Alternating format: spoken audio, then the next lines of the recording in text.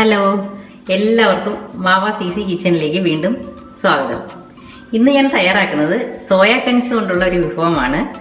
അപ്പം ഇപ്പോൾ ഈ സമയത്ത് സോയ ചങ്ക്സ് മിക്ക വീടുകളിലും കാണും. അപ്പം സോയ ചങ്ക്സ് കൊണ്ട് സോയ ചങ്ക്സിൻ്റെ റോസ്റ്റ് ഉണ്ടാക്കാം, കറി ഉണ്ടാക്കാം. പക്ഷെ എനിക്ക് ഏറ്റവും ഇഷ്ടപ്പെട്ടത് ഉലർത്താണ്. അപ്പം ഞാൻ വിചാരിച്ചാൽ അത് നിങ്ങളുമായിട്ടൊന്ന് ഷെയർ ചെയ്യാമെന്ന്. അപ്പം ഇനി സോയ ചങ്ക്സ് ഉലർത്തിന് വേണ്ടുന്ന ചേരുവകൾ എന്തൊക്കെയാണെന്ന് ആദ്യം പറയാം. ഞാനിവിടെ ഒരു 100 ഗ്രാം സോയ ചങ്ക്സ് എടുത്തിട്ടുണ്ട്. ഇത് വെള്ളത്തിലിട്ട് കുതിർത്തിട്ടൊന്നുമില്ല, അത് വേവിച്ചെടുക്കാനുള്ളതാണ്. ഇനി വേണ്ടത് സവാളയല്ല, ഞാനിവിടെ ചെറിയ ഉള്ളിയാണ് എടുത്തിട്ടുള്ളത്. ചെറിയ ഉള്ളിക്ക് പകരം സവാളയാണെങ്കിൽ ഒരു 2 സവാള, ചെറിയ സവാള 2 എടുത്താൽ മതി.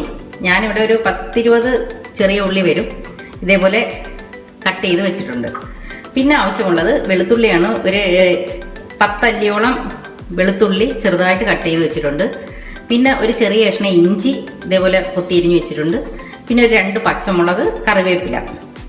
പിന്നെ ആവശ്യമുള്ളത് കുറച്ച് കാഷ്നട്ട് എടുത്തിട്ടുണ്ട്. പിന്നെ കുറച്ച് തേങ്ങയാണ്, സ്ലൈസായിട്ട് കട്ട് ചെയ്തതാണ്. ഇതൊക്കെ എണ്ണയിൽ വറുത്ത് എടുക്കേണ്ടതാണ്. പിന്നെ മസാലകളാണ്, അത് എന്തൊക്കെയാണെന്ന് പറയാം.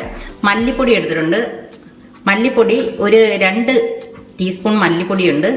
മഞ്ഞൾപ്പൊടി 1 ടീസ്പൂൺ മഞ്ഞൾപ്പൊടി. പിന്നെ മുളക് പൊടി ഒരു 2 ടീസ്പൂൺ മുളക് പൊടിയുണ്ട്. പിന്നെ ആവശ്യത്തിനുള്ള ഉപ്പ്, വെളിച്ചെണ്ണ, കുരുമുളക് കുരുമുളക് പൊടിച്ചതാണ്, അതൊരു 2 ടീസ്പൂൺ എടുത്തിട്ടുണ്ട്. പിന്നെ ഗരം മസാല 1 ടീസ്പൂൺ.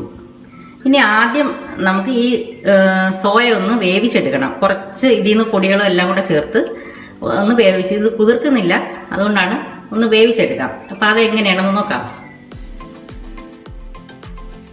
ഇപ്പോൾ സോയ വേവിച്ചെടുക്കുന്നതിന് വേണ്ടിയിട്ട് ഒരു പാത്രത്തിലോട്ട് മാറ്റിയിട്ടുണ്ട്. ഇനി അതിലോട്ട് കുറച്ച് ഉപ്പ് ചേർത്ത് കൊടുക്കാം. പിന്നെ കുറച്ച് ഈ പൊടികൾ നമ്മൾ എടുത്തു വെച്ചിരിക്കുന്നതിൽ നിന്ന് കുറേശ്ശെ പൊടികൾ, ഒരുപാട് വേണ്ട, കുറച്ച് പൊടികൾ, മുളക് പൊടി ചേർത്തിട്ടുണ്ട്. ഇനി കുറച്ച് മല്ലിപ്പൊടി, കുറച്ച് മഞ്ഞൾപ്പൊടി, കുറച്ച് എല്ലാം ഒരു 1/2 ടീസ്പൂൺ മതി. കുരുമുളക് പൊടിയും ചേർത്ത് ഇനി ആവശ്യത്തിനുള്ള വെള്ളം കൂടെ ചേർത്തതിന് ശേഷം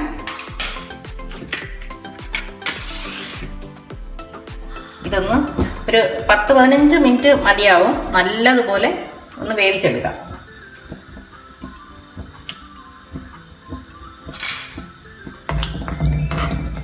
നല്ല തിളച്ച് ഒരു 15 മിനിറ്റ് ആകുമ്പോൾ നല്ല സോഫ്റ്റ് ആയിട്ട് വന്നോളും. അതൊന്ന് വേവട്ടെ അവിടെ. ഇപ്പോൾ ഒരു 15 മിനിറ്റ് കഴിഞ്ഞിട്ടുണ്ട്. അല്ല, ഇപ്പോൾ 2 കപ്പ് വെള്ളം ഒഴിച്ചായിരുന്നു ഞാൻ. ഇപ്പോൾ ഉപ്പും എരിവും എല്ലാം ഇതിൽ പിടിച്ചിട്ടുണ്ട്, വെന്തിട്ടുണ്ട്. ഇനി തീ ഓഫ് ചെയ്തതിന് ശേഷം ഇത് ഒരു അരിപ്പയിലോട്ട് അരിച്ച് മാറ്റണം. മാറ്റിയിട്ട് തണുത്തതിന് ശേഷം സോയയിൽ നിന്ന് വെള്ളം കംപ്ലീറ്റ് ഞെക്കി പിഴിഞ്ഞ് കളയണം. എന്നിട്ട് ബാക്കി പറയാം. ഇതൊന്ന് അരിച്ചെടുക്കട്ടെ. ഇപ്പം ഞാനിവിടെ വെള്ളം എല്ലാം ഊറ്റി കളഞ്ഞിട്ടുണ്ട്, നല്ല ചൂടുണ്ട്. അപ്പോൾ ഇതൊന്ന് തണുത്തതിന് ശേഷം നല്ലതുപോലെ ബാക്കിയുള്ള വെള്ളം കൂടെ ഇതിൽ നിന്ന് ഞെക്കി പിഴിഞ്ഞ് കളഞ്ഞതിന് ശേഷം ചെറുതായിട്ട് കട്ട് ചെയ്തിട്ട് എടുക്കാം. അപ്പോൾ അതവിടെ ഇരുന്ന് തണുക്കട്ട്. ഈ സമയം കൊണ്ട് നമുക്ക് ഉള്ളിയൊക്കെ ഒന്ന് വഴറ്റിയെടുക്കാം. ഇപ്പോൾ ഉള്ളി വഴറ്റുന്നതിന് വേണ്ടി ഞാനിവിടെ പാനിലോട്ട് ഒരു 3 ടേബിൾ സ്പൂൺ വെളിച്ചെണ്ണ ഒഴിച്ചിട്ടുണ്ട്. അതൊന്ന് ചൂടാകുമ്പോഴത്തേക്ക് കറിവേപ്പില ഇട്ട് കൊടുക്കാം.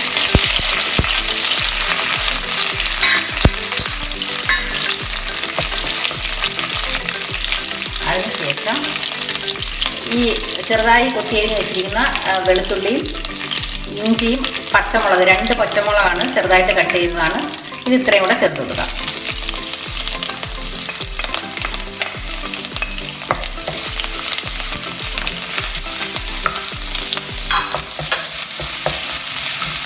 ഇതൊന്ന് വഴന്ന് വരുമ്പോൾ ചെറിയ ഉള്ളി ചേർത്ത് കൊടുക്കാം.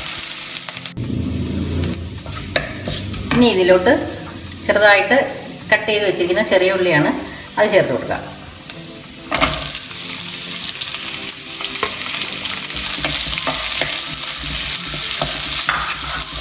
ഉള്ളി പെട്ടെന്നൊന്ന് വഴന്ന് കിട്ടാൻ വേണ്ടി കുറച്ച് ഉപ്പൂടെ ചേർക്കാം.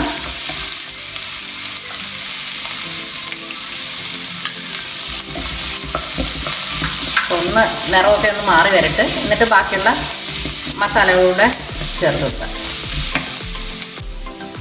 ഇപ്പോൾ ഉള്ളി നല്ലതുപോലെ വഴന്ന് വന്നിട്ടുണ്ട്. ഇനി ബാക്കിയുള്ള പൊടികൾ നമുക്ക് ഓരോന്നായിട്ട് ചേർത്ത് കൊടുക്കാം. ആദ്യം മഞ്ഞൾപ്പൊടി, പിന്നെ മല്ലിപ്പൊടി,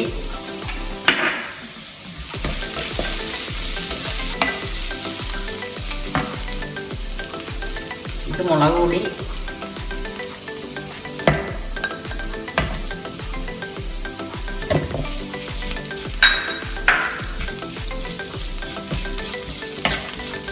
ഇനി നല്ലതുപോലെ പൊടികളുടെ പച്ചമണം മാറുന്നത് വരെ ഒന്ന് വഴറ്റി കൊടുക്കാം. ഇത് ഗരം മസാല,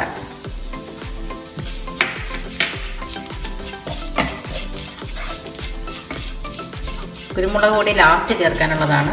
ഇനി ഇതിൻ്റെ ഒരു പച്ചമണം ഒന്ന് മാറട്ടെ. ആ സമയത്തിൽ ഞാൻ ആ സോയ തണുത്തിട്ടുണ്ട്, അപ്പോൾ അത് ഒന്നുകൂടി ഒന്ന് ഞെക്കി പിഴിഞ്ഞ് കട്ട് ചെയ്തിട്ട് വരാം. ഇതിപ്പം സോയ ഞാൻ ഇതേപോലെ തണുത്തതിന് ശേഷം ബാക്കിയുള്ള വെള്ളമൊക്കെ ഊറ്റി നല്ലതുപോലെ കളഞ്ഞതിന് ശേഷം ഒരു സോയ ഒരു ചിലതൊക്കെ വലിയ പീസുകൾ ഒരു 3 4 ഒക്കെ ആയിട്ട് കട്ട് ചെയ്തെടുക്കുക. അല്ല ചെറിയതാണെങ്കിൽ രണ്ട് പീസായിട്ട് ഇതുപോലെ എല്ലാം ചെറുതായിട്ട് കട്ട് ചെയ്തെടുത്തിട്ടുണ്ട്. ഇപ്പം പൊടികളുടെ പച്ചമണമൊക്കെ മാറി മൂത്ത് വന്നിട്ടുണ്ട്. ഇനി ഇതിലോട്ട് ഇത് ചേർത്ത് കൊടുക്കാം. ചേർത്ത് ഹൈ ഫ്ലെയിമിൽ വേണ്ട, മീഡിയം ടു ലോ ഫ്ലെയിമിൽ ഇട്ടാൽ മതി. ഇനി നല്ലതുപോലെ മിക്സ് ചെയ്തിട്ട് ഒന്ന് ഡ്രൈ ആക്കി എടുക്കാം. കുറച്ച് സമയം എടുത്താലും നല്ല ടേസ്റ്റാണ്. ഇനി ഒരു ഫ്ലെയിം കുറച്ച് വെച്ചാൽ മതി. ഇപ്പൊക്കെ നോക്കിക്കൊള്ളണം. ഈ സമയത്ത്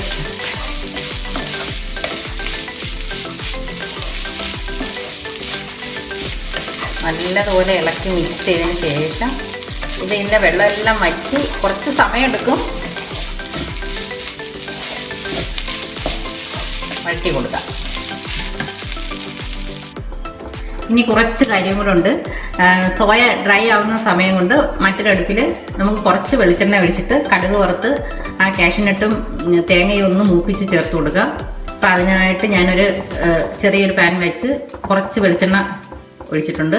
അതൊന്ന് ചൂടായി വന്ന് അതിലോട്ട് വറ്റൽമുളകും കറിവേപ്പിലയും കൂടെ ചേർത്ത് കൊടുക്കുക.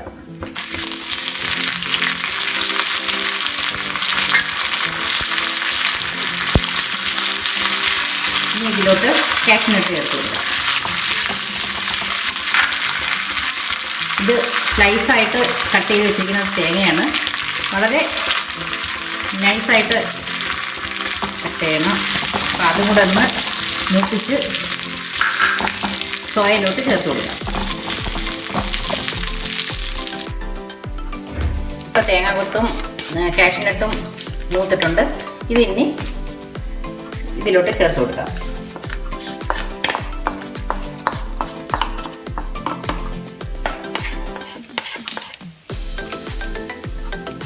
ഇനി നല്ലതുപോലെ മിക്സ് ചെയ്യാം. സോയയിൽ വെള്ളം നമ്മൾ എത്ര ഞെക്കി പിഴിഞ്ഞ് കളഞ്ഞാലും അതിനകത്ത് നല്ല വെള്ളം ഉണ്ട്. അപ്പോൾ അതുകൊണ്ടാണ് നല്ലതുപോലെ ഡ്രൈ ആക്കി എടുക്കേണ്ടത്. ഉലർത്തിയതല്ലേ, അപ്പോൾ കുറച്ചുകൂടെ ഒന്ന് കിടക്കണം. ഏകദേശം ഒരു ലോ ഫ്ലെയിമിൽ ഒരു അരമണിക്കൂറിൽ കൂടുതൽ കിടന്നെങ്കിലേ അത് നമ്മൾ നല്ല ടേസ്റ്റായിട്ട് വരത്തുള്ളൂ.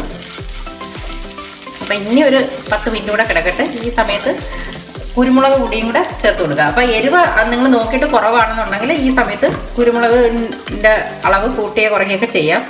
അപ്പം കുരുമുളക് പൊടിച്ചതാണ് അതുകൂടെ ചേർത്ത് കൊടുക്കുക.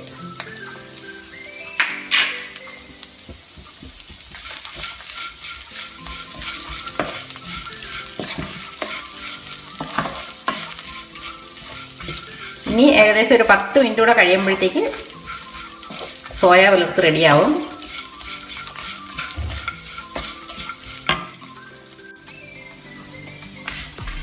ഇപ്പോൾ ഒരു ഏകദേശം 40 മിനിറ്റോളം ആയിട്ടുണ്ട്.